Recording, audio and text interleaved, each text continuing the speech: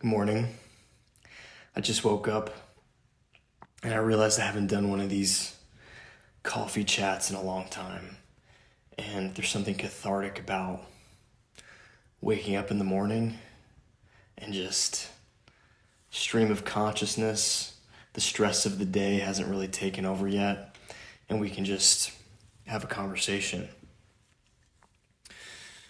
I've been thinking about the balancing between hustling towards a goal and cultivating that sense of inner peace. I know that as men, we are fed the narrative constantly of having to hustle, utilizing every minute of every single day. You wake up and you're on your grind.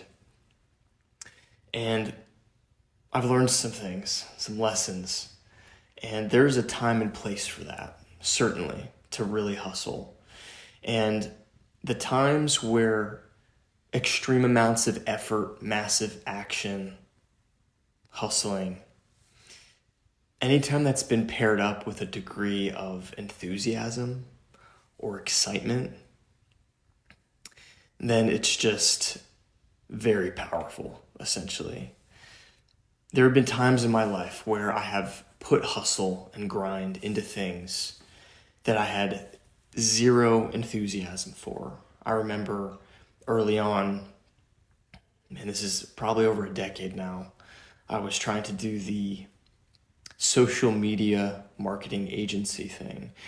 And man, I hustled. I was going door to door, random local businesses, pitching them on how I can market them, how I could elevate their business through social media marketing. And I just remember how exhausting that was. And even I would get these prospects and I just burnt out because I was essentially for a time shutting out what my heart wanted me to pursue, which at the time was music and creative endeavors. And as men, it's very easy to get taken over by the cerebral aspect, right? The mind is a gift. It's what allows you to plan. It's what allows you to execute and essentially figure out how to build things. But the heart is the compass. The heart really is the piece of you that shows you what's in alignment with you and your unique gifts and tendencies as an individual. And it's taken me years, literally years and years, to find this balance.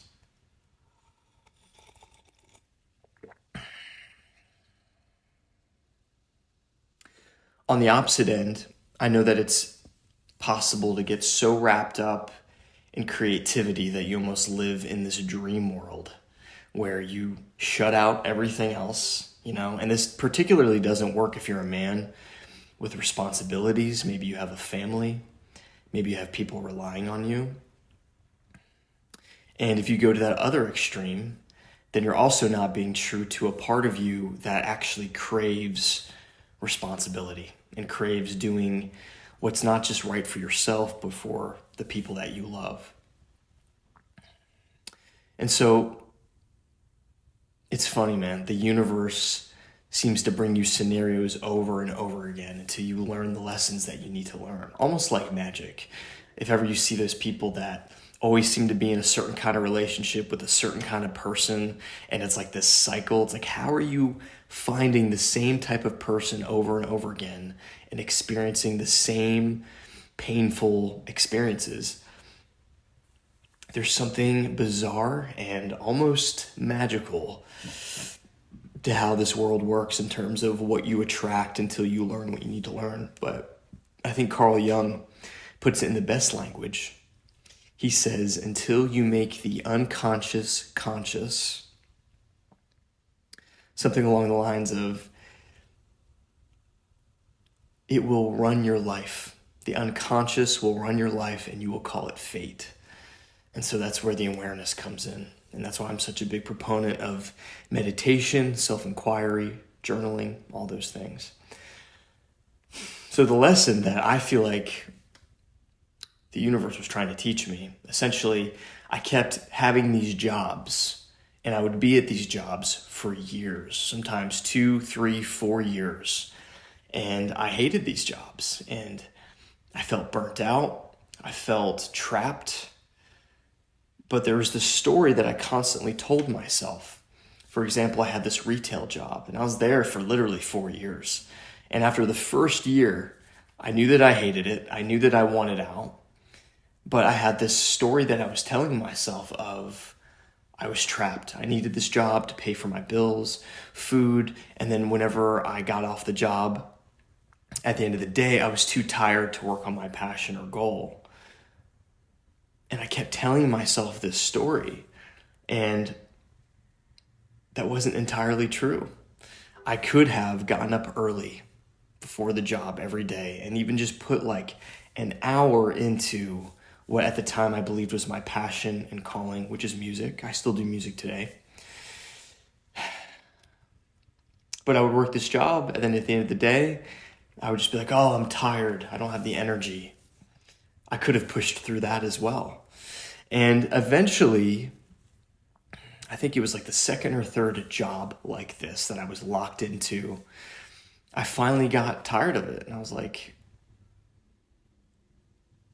why am I such a victim? Is this the reality of my situation? I started asking myself deeper questions like, what small actions could I take daily that would slowly add up to the potential outcome that I wanted? And so then I started doing the thing. I started putting in little bits of time every single day, little windows.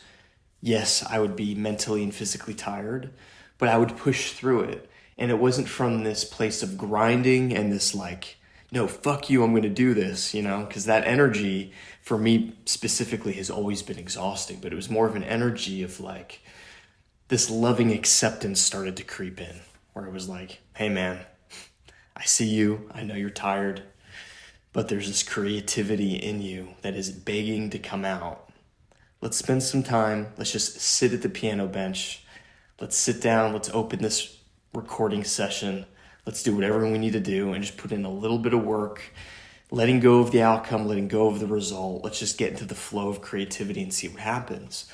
And then when I started showing up like this with the intention of putting 30 minutes, maybe an hour in, I would get into that flow state. And then I would end up putting hours in to a project where seemingly before I sat down, my mind, my ego, my exhausted body was telling me, no, like you don't have the energy for this. Nothing will happen.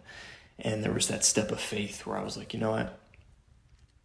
Let me just sit down, put my ass in the seat, and just see what happens. It's the same idea of if you're out of shape and you want to start working out and doing all these things and you know that you're exhausted, just put on your gym shoes, just put on your gym clothes and walk outside. And 9 times out of 10, your body will just be on autopilot. You'll get in the car, you'll drive there. It's just taking those first steps and then letting everything else unfold because deep down, you know what's best for you, And when you find the enthusiasm, you find the passion, you find the creativity, grinding becomes very easy.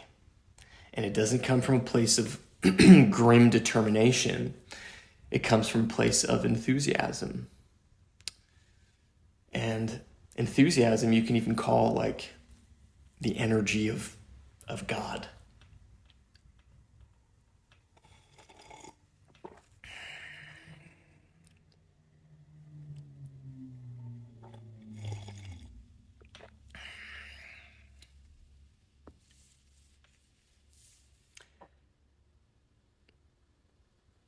If there's some kind of dream in your heart, something you want to do, maybe you want to be an author, maybe you want to write songs, maybe you want to build a specific kind of business, and it feels daunting and overwhelming. You've got your full-time job, you've got people relying on you.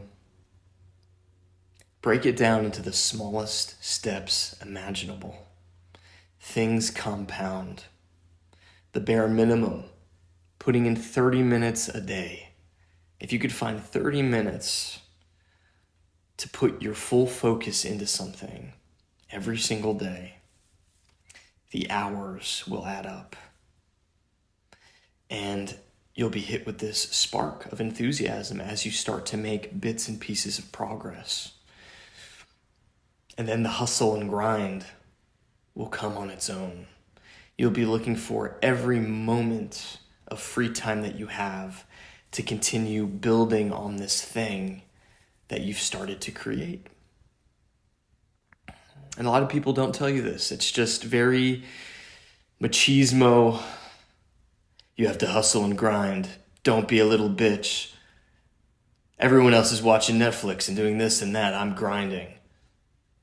That might be true, but usually those people have really found that enthusiasm. They've gained this momentum towards this thing, this vision that they're building, and then enthusiasm takes over. Even to the point of, yes, there will be mundane and tedious tasks in building your creative vision, but when the enthusiasm takes over, those tedious tasks become easier because you can see the full vision. So the level of suffering that you experience while doing these little boring tasks is lessened significantly because you've got the full vision in your mind. And that's very powerful. And as men, we are designed to build and to create from a place of vision. And a lot of that starts with the feminine energy within you, okay? Everybody has masculine, feminine energy. And the feminine energy is more patient, more nurturing, more loving.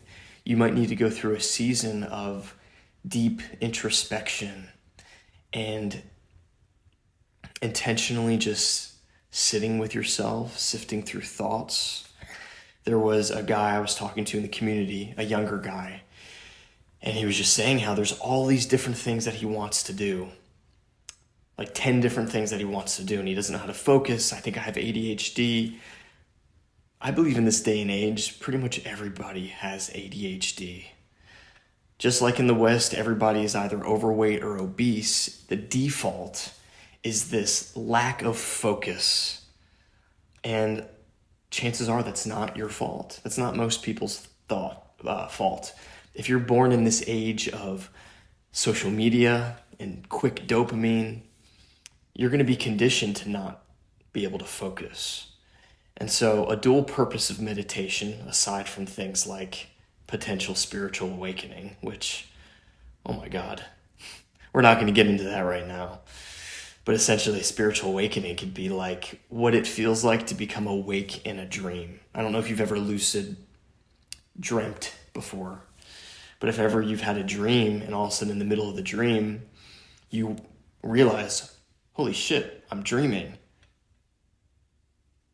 All of a sudden you have this level of control. You can like control your reality. It's crazy, but I digress. I'll make a separate video. If you want me to go deep into the area of spiritual awakening, I can do that. Just let me know in the comments. But meditation can also just be a time of deep introspection, feelings of inadequacy, feelings of grief, even of who you thought that you were going to be, the results that you thought that you would have by now. Face all those things, put your focus into them, put your phone on the other side of the room, and just go within, and oftentimes that's more of a feminine energy that we need to learn to tap into as men. And then from that feminine energy, you get this vision, and then from the vision comes the enthusiasm, and then that time for doing, that time for action comes from your state of being. And then the masculine and feminine are fused, and you build and create what's in alignment with who you are as an individual. And this is some powerful shit.